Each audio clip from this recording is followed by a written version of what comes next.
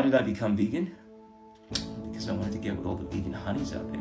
Wait, did I say that a lot? No. It's because I'm a very compassionate person. I love animals, and I'm always about people wanting to unite everyone. I adopted a vegan diet, plant-based diet, call it what you will. You know, there are many variations of this thing. ITAL, the Pythagorean diet that goes back 2,000 years. First universal genius, Pythagoras. Yeah, man, this boy knows his shit. In fact, I got a book out. It's called The Vegan Prince, Warrior King. Check it out. But I adopted this diet fundamentally because I've always had an affinity for animals. At the age of 6, I watched a movie called Benji.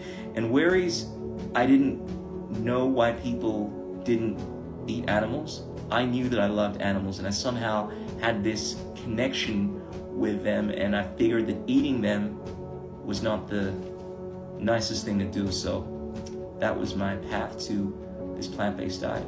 There are unique nutrients found within meat that you just cannot derive from plant-based foods. Objectively, unequivocally, definitively, that is just false.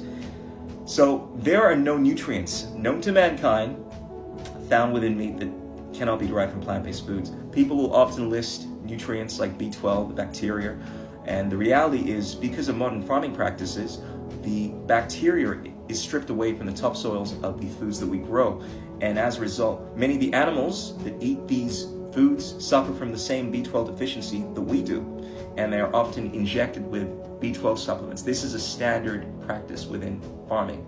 So rather than taking a supplement, we eat the animals, and then we say, well, we need to eat animals because we got to get B12. When the reality is that for most of history, people have obtained B12 by eating plant-based foods or untreated water. Because of the pesticides that are used in modern farming, we erode this bacteria from either the foods of the earth or from the water supplies.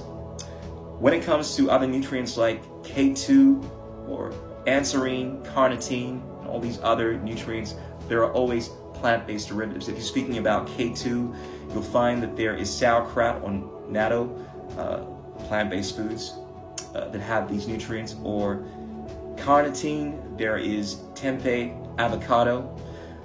At the very least, you'll find that there is a nutrient within the plant-based food that can synthesize this animal-based nutrient that is necessary. So essentially, there is no nutrient found within meat that cannot be derived from plant-based foods.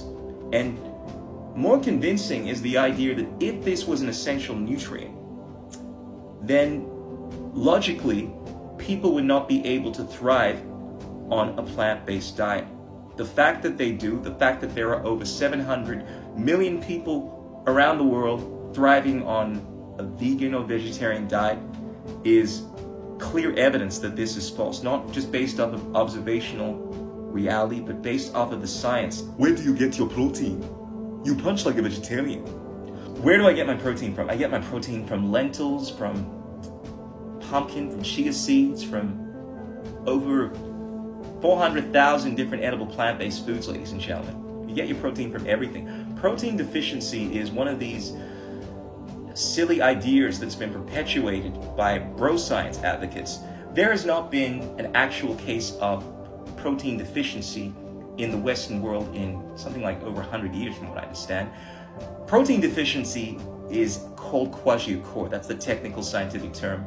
This is something you see within countries, places like Africa. You know how you see those videos of people with these pot bellies that are starving on World Vision, that haven't had anything to eat for weeks? That is kwashiorkor. That is protein deficiency. That's what happens to you if you're not eating any food. But because all foods have protein, I mean, a carrot has half a gram of protein, chances are you're not suffering from protein deficiency. In fact, most of the problems in the world are because people are having too much protein. Most of the diseases like atherosclerosis, high blood pressure, and so forth come about because people are having too much protein-rich foods. So don't worry about the protein.